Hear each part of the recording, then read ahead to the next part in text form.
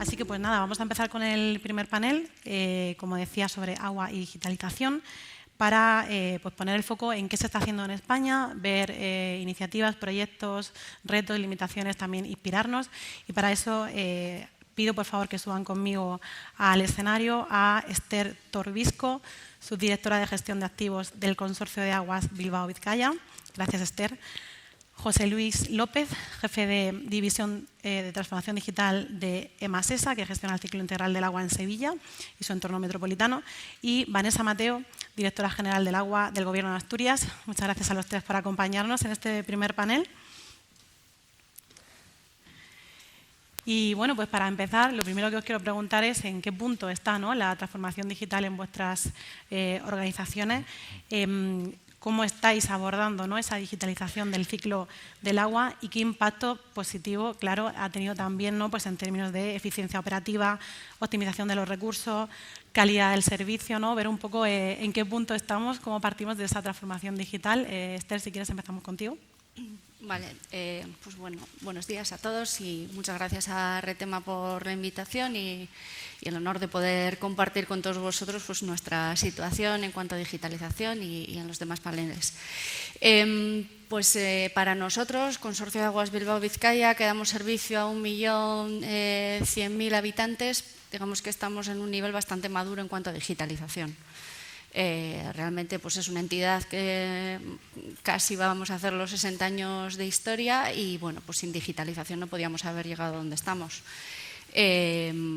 Por poner un referente histórico, cuando el consorcio empezó a funcionar dando servicio a la comarca del Gran Bilbao con grandes instalaciones, depósitos, conducciones enormes, pues había una casa de un vigilante que vivía anexa a esa instalación, a esa sala de válvulas, a ese depósito, y el control pues no era digital, era completamente local y continuo, pero había gente viviendo en las instalaciones. Hoy en día pues eso resulta inviable, ¿no? Sobre todo cuando hemos llevado un crecimiento de esos municipios iniciales, pues ahora estamos en los 98, en una zona rural, pues ya no nos podemos imaginar que haya personas in situ en cada una de las ubicaciones. Entonces, bueno, ya en los años 90 se empezaron a probar soluciones digitales, comunicaciones, se integraron todo en centros de control y lo que hemos ido haciendo durante todos estos años es integrar todo lo nuevo que nos ha venido en ese nuevo modelo. Entonces, bueno, la verdad es que la digitalización lo tenemos desde el origen y en nuestra identidad. ¿Y qué nos ha permitido? Pues poder dar un servicio, sobre todo, homogéneo, independientemente de la ubicación del servicio, de las condiciones de la población servida, del origen del recurso incluso, pues poder homogeneizar ese servicio, tener centralizado todas las incidencias, actuar de forma preventiva y poder dar un servicio de calidad pues en condiciones muy diferentes. Eso es principalmente el impacto positivo y lo que hemos visto de lo acertado que fue esa estrategia de intentar centralizar y homogeneizar pues eso es el servicio en vez de ir particionando pues cada uno de los servicios que nos iba llegando. Gracias, Esther. José Luis. Muy bien, muchas gracias. En primer lugar, agradecer a Retema y a Future for Water que nos haya invitado a participar y contar nuestra experiencia.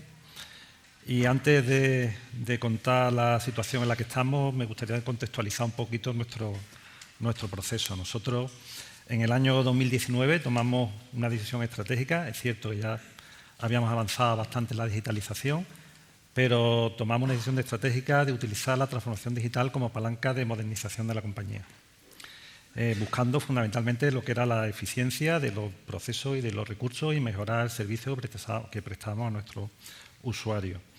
Aunque no fue hasta el año 2021, tras la COVID, que yo creo que paró muchas cosas, cuando empezamos con nuestro programa de transformación digital, con un escenario a 10 años y unos 50 millones de euros de inversión previstos inicialmente. Ahí empezamos a lanzar nuestros primeros proyectos, que llamamos nuestros proyectos habilitadores, que eran proyectos tractores, que lo que aportaban es tecnología, que lo que buscaban es establecer las bases sobre las que construir proyectos que pudieran ya traer el cambio que estábamos buscando. Ahí estamos hablando de sensorización, ya contamos con sensorización, pero ampliamos la sensorización e incluso la llevamos a otros sitios donde no teníamos, ¿vale? La telelectura, que fue un proyecto emblemático y estratégico que empezamos en el año 2022 con ella, y un data lake, un lago de datos, como estrategia de centralización de la información, donde pudiéramos aplicar tecnologías innovadoras como inteligencia artificial, machine learning, sobre la que poder construir diferentes casos de uso que fueran los que realmente nos aportaran valor al proceso que buscábamos.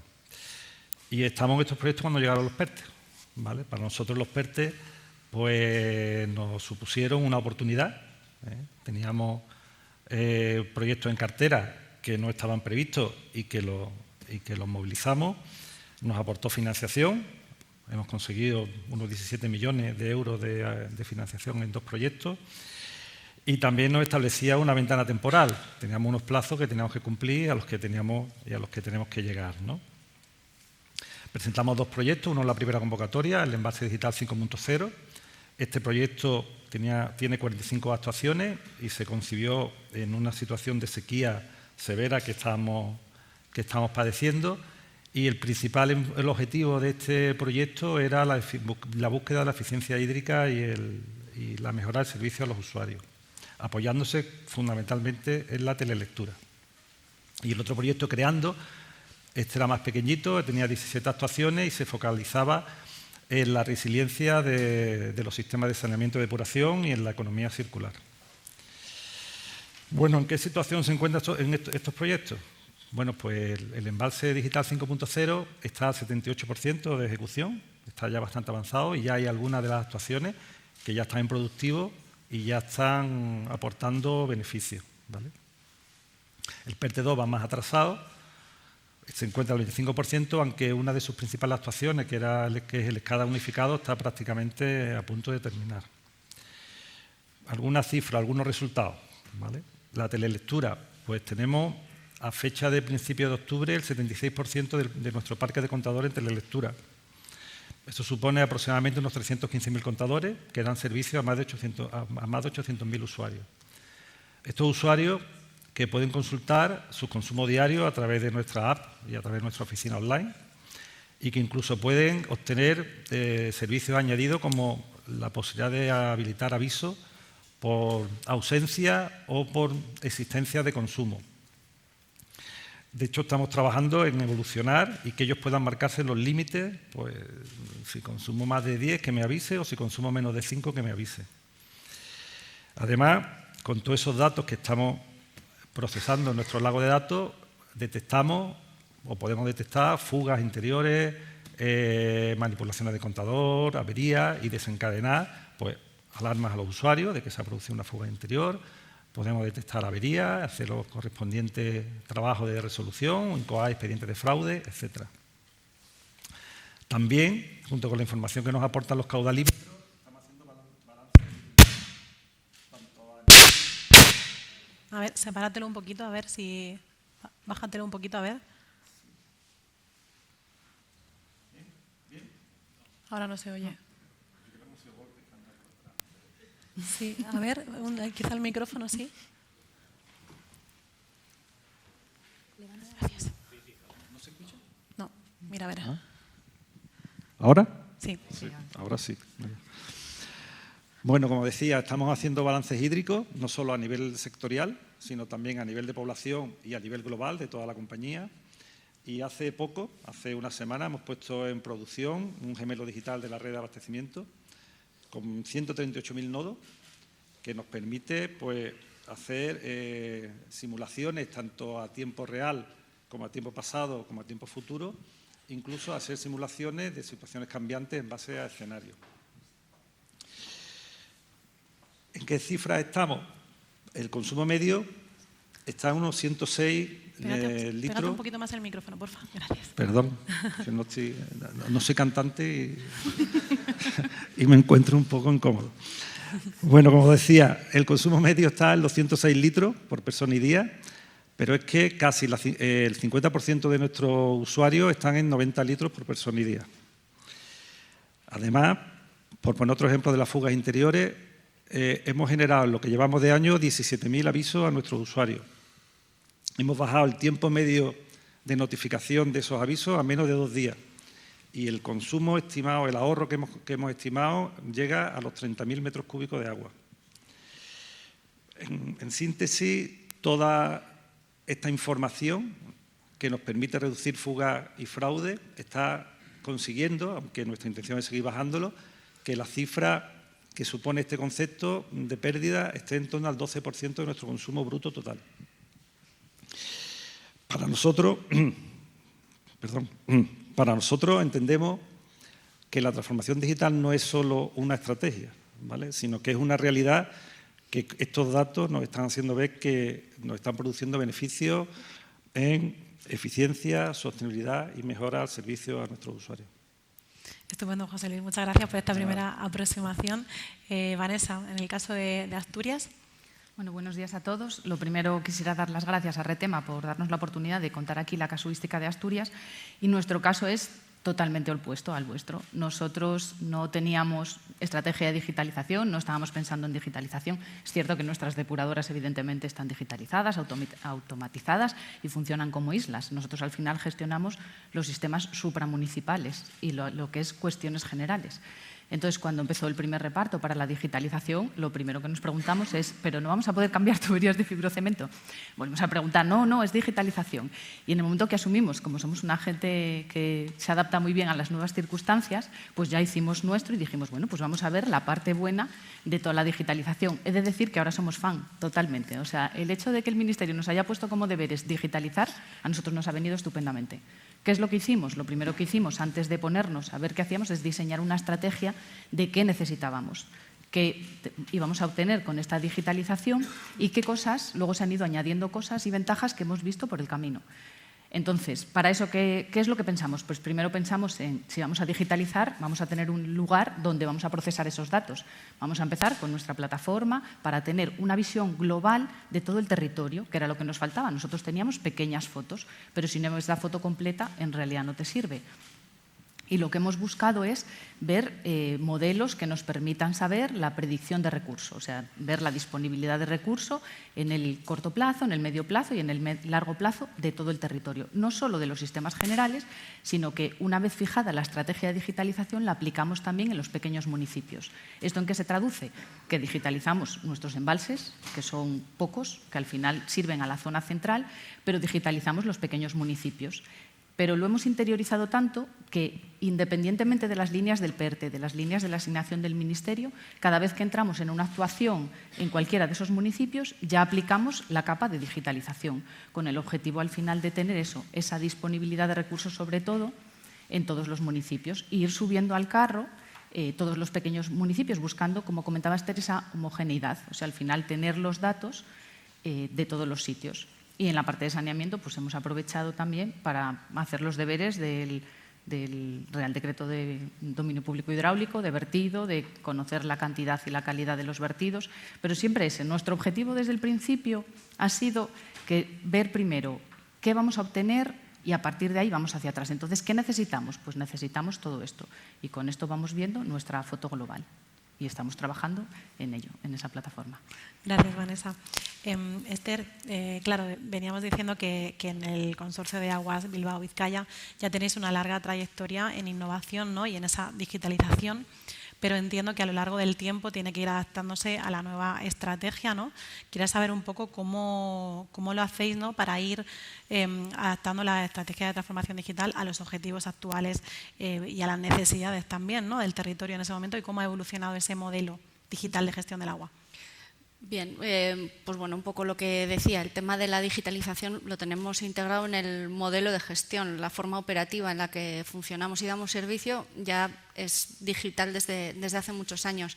¿Qué nos ocurre? Que aunque la entidad del consorcio es una entidad con mucha historia y con mucha trayectoria, es una entidad que ha estado en continuo crecimiento. O sea, durante muchísimos años, en las últimas décadas y más recientemente, pues hace 3 años incluso, se nos incorporaron 18 municipios de golpe.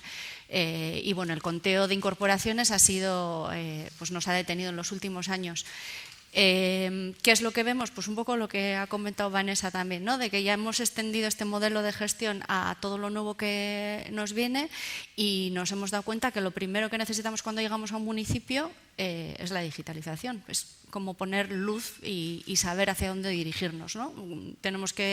Aterrizamos con un montón de nuevas instalaciones, bueno, nuevas, entre comillas, normalmente suelen ser instalaciones que han tenido un estado de conservación y de mantenimiento pues limitado a los recursos que puede tener un municipio pequeño, y lo que queremos saber es hacia dónde dirigirnos. O sea, la digitalización es como la primera infraestructura, la que nos arroja luz y nos dice hacia dónde tenemos que avanzar.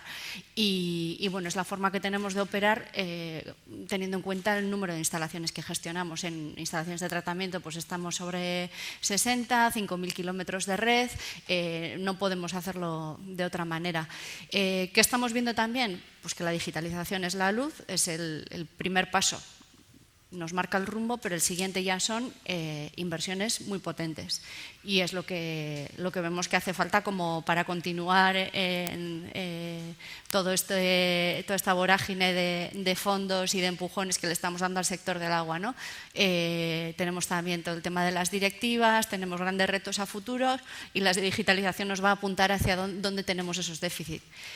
No va a ser un fin en sí mismo. O sea, por tener nuestras entidades digitalizadas no vamos a dar un mejor servicio. Vamos a darlo mejor si con esos datos empezamos a tomar decisiones ya inteligentes de qué es lo que tenemos que renovar, de dónde nos hace falta nueva infraestructura y hacia dónde tenemos que seguir, ¿no? José Luis, en tu caso nos has dado antes un montón de ejemplos, ¿no?, de cómo se está aplicando y cifras pues, muy positivas, ¿no?, de impacto.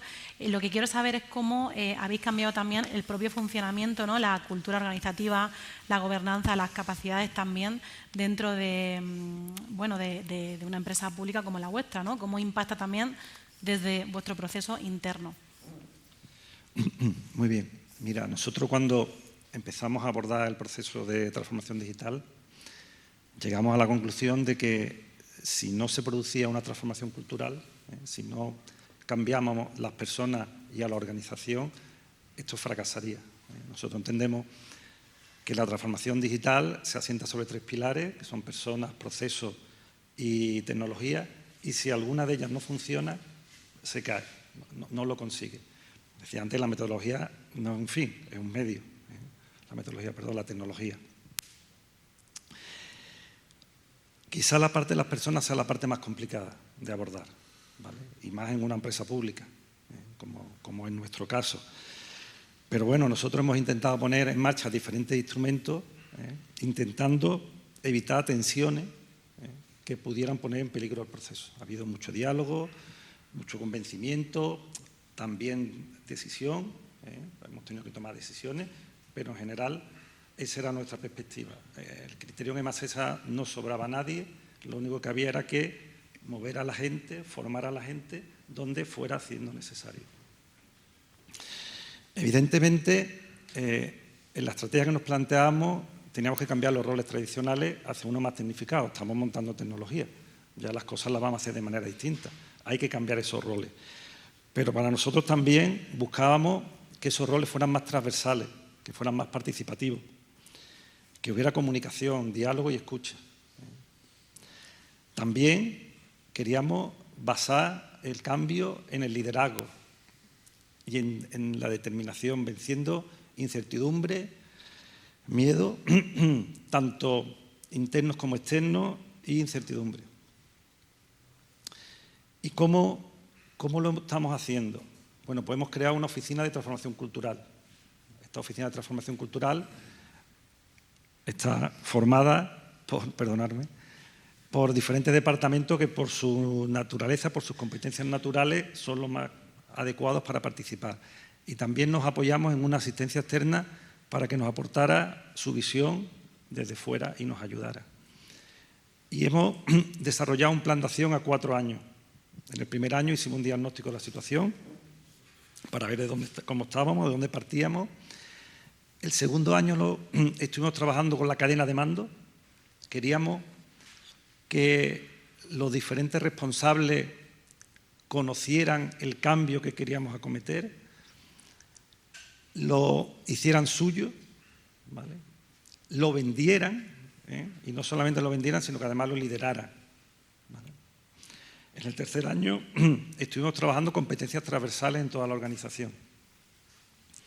En el cuarto que es en el que estamos ahora mismo, estamos trasladando el cambio por inundación, le llamamos nosotros, a toda la organización. ¿Qué está cambiando? ¿Qué estamos haciendo? ¿Qué estamos haciendo en esta área? Se lo estamos contando al resto de áreas y estamos utilizando diferentes herramientas. Formación, sesiones específicas, procesos participativos, publicación en diferentes portales, etcétera. ¿Qué balance hacemos de estos 4 años que llevamos trabajando en las personas? Pues que hay tensiones, que hay que gestionar, sin drama, sin dramatizarlas, pero también con firmeza, ¿vale? Tenemos que solucionarlas. Que es una tarea de continuidad, que esto no acaba aquí, que vamos a tener que seguir trabajando en las personas, ¿vale? Y por último, pensamos que vale la pena, ¿vale? Que juntos y tecnificados vamos a ser más y más fuertes. Gracias, José Luis. Gracias por subrayar esto, ¿no? Porque siempre se habla de digitalización, pero el foco no, y quien la lleva a cabo al final son las personas, así que hay que subrayar eso. Vanessa, en vuestro caso, pues nos has contado que no había digitalización, o sea, habéis tenido que hacer una verdadera transformación, ¿no? Para ello. Quería entonces saber cómo habéis hecho para engranar, ¿no? esa nueva vía digital, ¿no? Esa digitalización dentro de, pues, la planificación hidrológica, las políticas públicas, vuestra estrategia, cómo habéis hecho para engarzar ambas cosas y que vaya teniendo un impacto positivo. Nosotros en la digitalización, como comentaba antes, tenemos 2 fotos distintas. Por un lado está la foto general, que la digitalización al final nos da el conocimiento en nuestros sistemas centrales de abastecimiento, pero es cierto que ahí nosotros ya teníamos un plan director de abastecimiento y la digitalización nos aporta más información, pero ya teníamos nuestros estudios hechos y ya teníamos las actuaciones planificadas de todo lo que nos va a servir para ese refuerzo. O sea, no viene derivado de la digitalización. La digitalización viene a confirmar un poco, pues, los periodos que nosotros manejábamos de plazos que tenemos que llevar a cabo. Donde sí que hemos visto que tenemos una mayor inversión es en la parte del aterrizaje en los pequeños municipios. Asturias, aparte de su sistema central del que bebe el 85% de la población, o sea, todo lo que es el triángulo Oviedo, Gijón, Avilés, más toda la industria pesada que se encuentra en esa zona, bebe de ese sistema central. El resto, lo que serían las salas, las zonas que tenemos menos pobladas, más rurales, tenemos 1.700 concesiones de pequeñas captaciones. Al final, bebemos mayoritariamente de manantiales. Entonces, lo que hacemos en esos municipios, nosotros cuando entramos a digitalizar, hacemos una digitalización muy sencilla. Cogemos dentro del manantial el caudal captado, el caudal fluyente, entrada y salida de depósito y niveles en el depósito y calidad.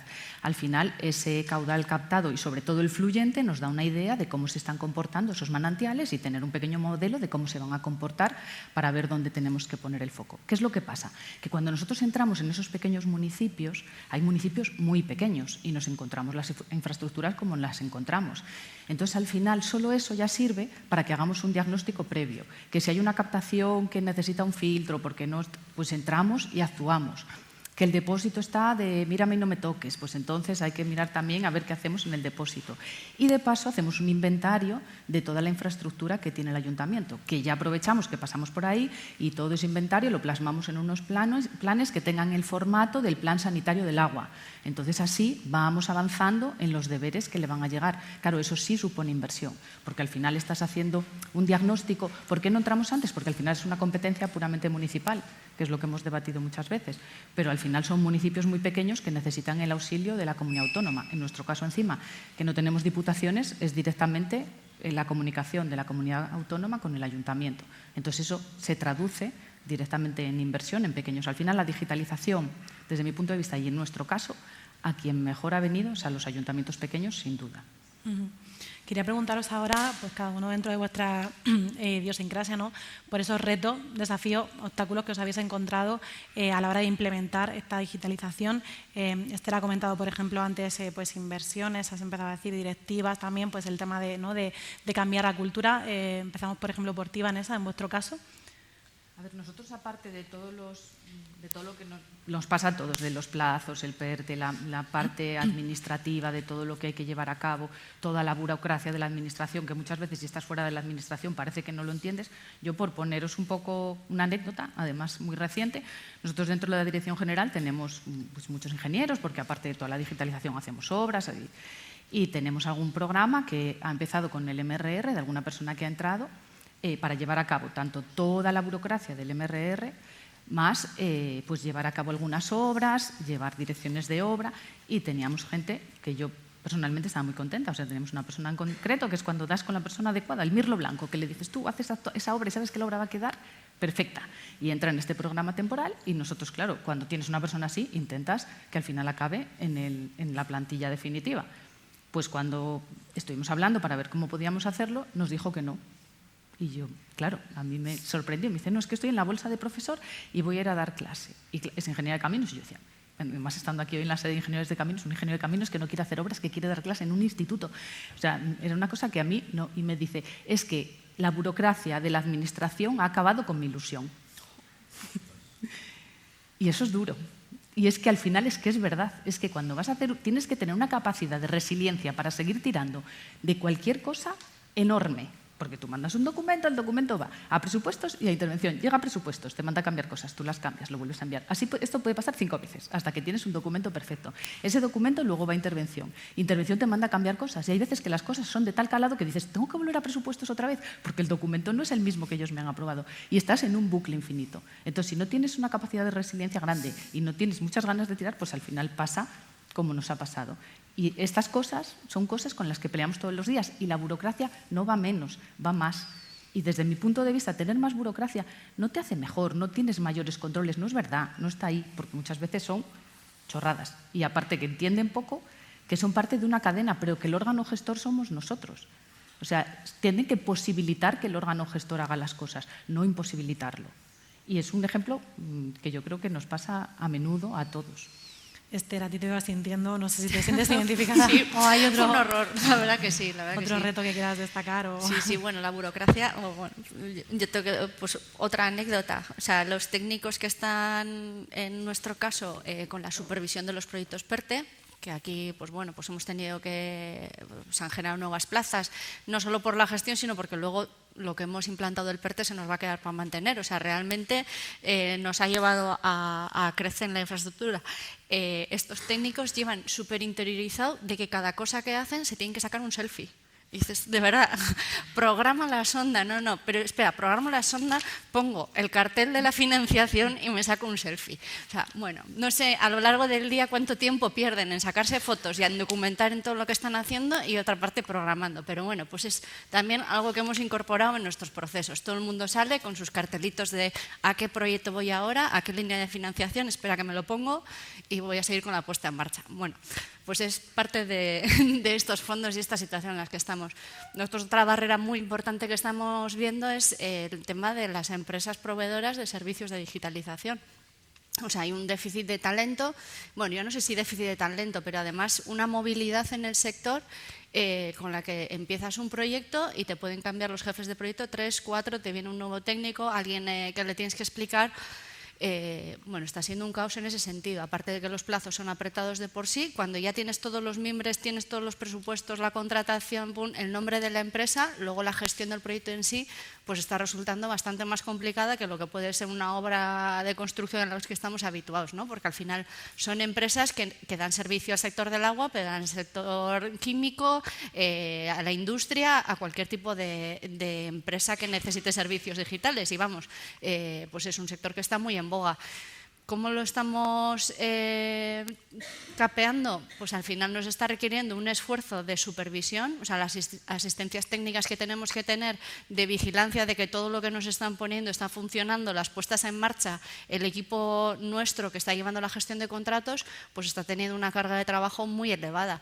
Y es una pena, ¿no? Porque parece muy sencillo de, mira, defino este proyecto, este es el presupuesto que tengo, lo tengo ya aquí, estos son mis objetivos, he especificado hasta el último tornillo de cómo quiero que se ponga, pero luego la ejecución está resultando muy compleja por eso, por falta de personal, y el personal que está, pues un día aparece, pero a la mañana siguiente se te ha ido a una obra, pues en nuestro caso a Petronor o a cualquier otra empresa del sector que esté tirando, ¿no?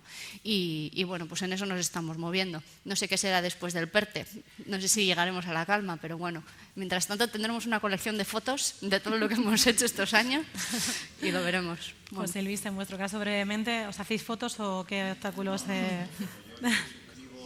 los dos retos, digo las dos barreras que han comentado, la administración y la regulación del mercado. Nos ha desaparecido un equipo equipo completo, no solamente el jefe. Nada. Perdonad. Pero me gustaría añadir también con el tema tecnológico otra barrera con la que nos encontramos. Es cierto que hay muchísimas soluciones tecnológicas en el mercado, cada vez hay más, pero la mayoría de ellas se constituyen en islas, que cuestan mucho trabajo que se hablen entre ellas. Esta fragmentación del mercado supone un problema importante, porque nosotros queremos tener un ecosistema único de soluciones, no queremos tener 200 soluciones, con 200 fabricantes que incluso nos plantean problemas no solamente de la integración entre esas soluciones, sino también de integración con los sistemas que ya tenemos, ¿vale? Y eso es un problema que nos encontramos. Generan problemas de duplicidad de datos. El mismo dato está en 20 sitios diferentes, con lo cual, ¿cuál es el cierto? ¿Cuál es el verdadero? E incluso ahora en esta moda SaaS, donde todas las soluciones están en la nube, nos genera un problema de seguridad. O sea, nos tenemos que creer que los proveedores ponen las medidas de seguridad que dice que van a poner, porque muchos de los ataques no nos atacan directamente a nosotros, sino nos atacan a través de nuestros proveedores. Y eso realmente es un problema, ¿vale?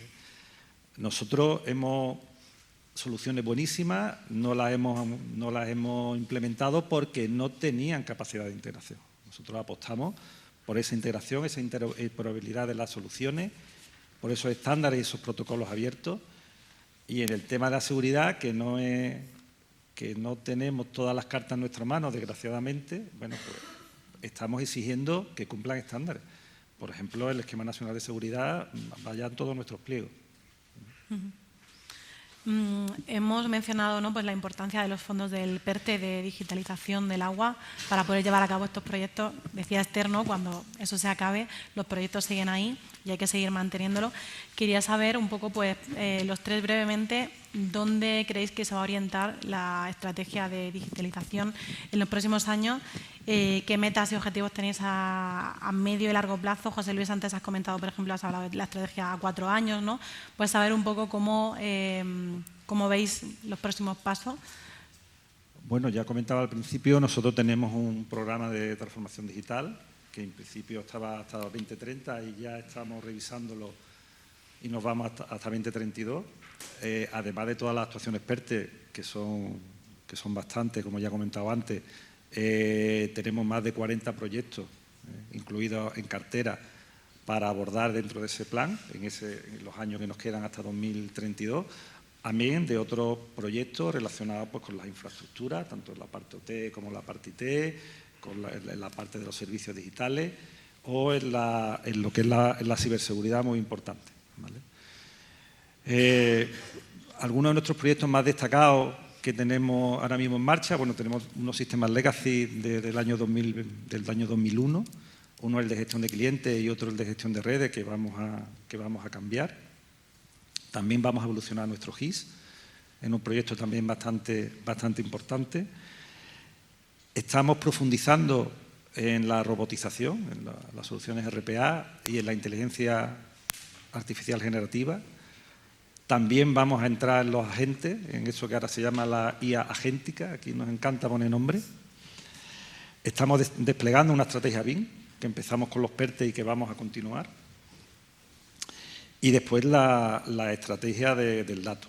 Es importante, nosotros implementamos un lago de datos y teníamos por otra parte un data warehouse y estamos como proyecto estratégico haciendo converger ese lago de datos con ese data warehouse, en lo que ahora se llama también otro palabra, un data lake house, esto va de palabra, que sea de instrumento de análisis, de ciencia de datos y que aporte información válida para la toma de decisiones.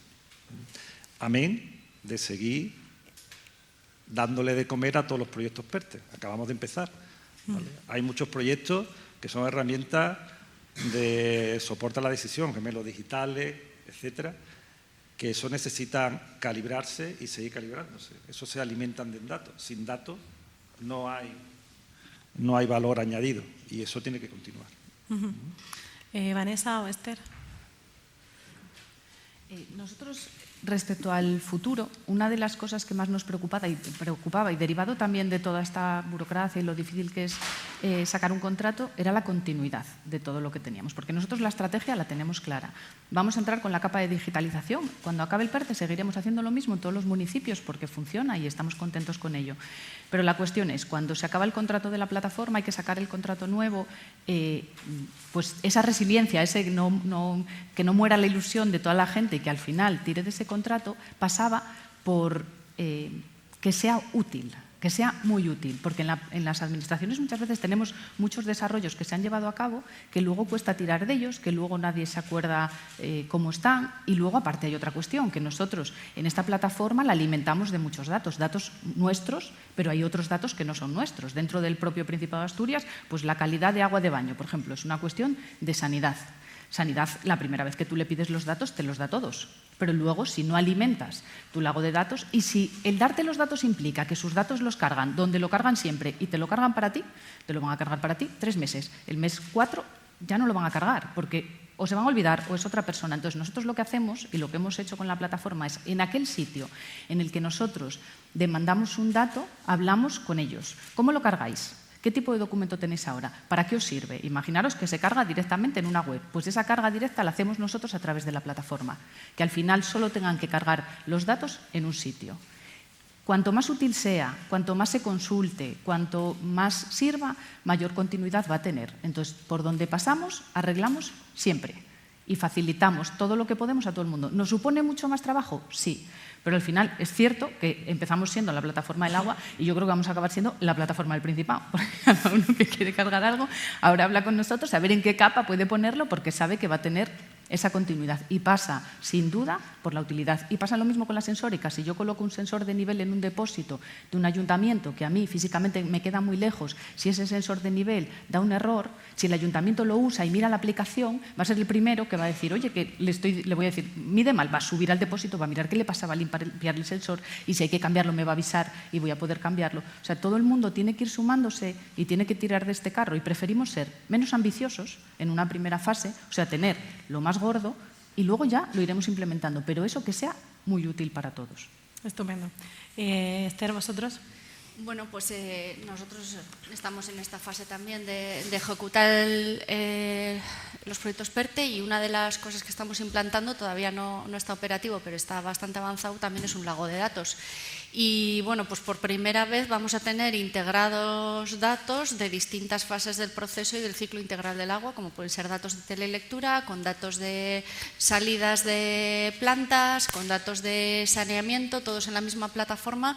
Y bueno, en esta primera fase hemos definido ya unos casos de uso, pues porque los teníamos que tener ya claros de cara a ejecutar, pero los casos de uso que van a salir de esas integraciones de esos datos de distintas fuentes, pues están por verse. Entonces, bueno, pues con todas estas herramientas de inteligencia artificial, llevamos utilizando inteligencia artificial pues para detección de fugas, para gestión de presiones, para mantenimientos predictivos en equipos, pero creemos que van a surgir nuevas aplicaciones con esta ventaja que tenemos ahora de tener los datos integrados en una plataforma común.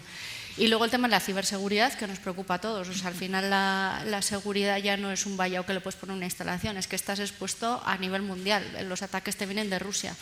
Entonces, bueno, pues es algo que hay que incorporar en todo el proceso. En la parte IT sí que es algo que es como bastante nativo, ¿no? Todos tenemos un acceso a Internet, sabemos que eso tiene que ser securizado, los protocolos están más maduros, pero en la parte de OT nuestra de proceso, pues es algo que tiene que llegar con muchas políticas que van a complicar seguramente todavía más la gestión de datos, pero bueno, la vulnerabilidad que tenemos en ese sentido al tener expuestos e integrados pues datos ya que son de operación, de servicio, pues es muy grande. Entonces, bueno, pues es otro reto que tenemos por delante para los próximos años. Pues ya para cerrar, muy brevemente, que como veis nos quedan 2 minutos, nada, una idea, una palanca clave, muy brevemente, que creéis que puede pues definir en los próximos años la digitalización del ciclo del agua. Una idea, una palanca, un concepto. Yo vuelvo a incidir que la digitalización para nosotros es luz, es información, pero hace falta transformar eso en conocimiento y en decisiones que seguramente no están ligadas con la digitalización. Entonces queremos recordar eso, que la digitalización para nosotros es una infraestructura, un primer paso, pero no un fin en sí mismo. Bueno, yo voy a apoyarme en un eslogan que tenemos en nuestro proyecto de transformación cultural, que es transformarnos para transformar, y le voy a añadir en medio, transformarnos con tecnologías seguras para transformar. Estupendo, pues cambiadlo, cambiad el eslogan porque te ha quedado mucho mejor. Y Vanessa. Pues yo creo que la digitalización, el futuro de la digitalización está sin duda en la inteligencia artificial. O sea, en cualquier, ya no solo en el agua, o sea, yo creo que ya muchas de las cosas que estamos planteando nosotros en la plataforma, con una capa de inteligencia artificial entendida ya como vamos a trabajar en inteligencia artificial, vamos a formar a la gente en inteligencia artificial, porque esto está cambiando. Que lo que estamos haciendo ahora mismo, hay algunas cosas novedosas que estamos haciendo que ya están atrasadas, que le falta la capa nueva de la visión de inteligencia artificial y que va a cambiar completamente todo. Y que si no subes ya vas tarde. Todo va muy rápido, por eso bueno, son geniales estos espacios, ¿no?, para poder actualizarnos, así que bueno, os esperamos también en el próximo Future for Water para ver cómo habéis avanzado en vuestra transformación digital, en vuestras organizaciones. Muchísimas gracias a los tres por acompañarnos. Un aplauso, por favor.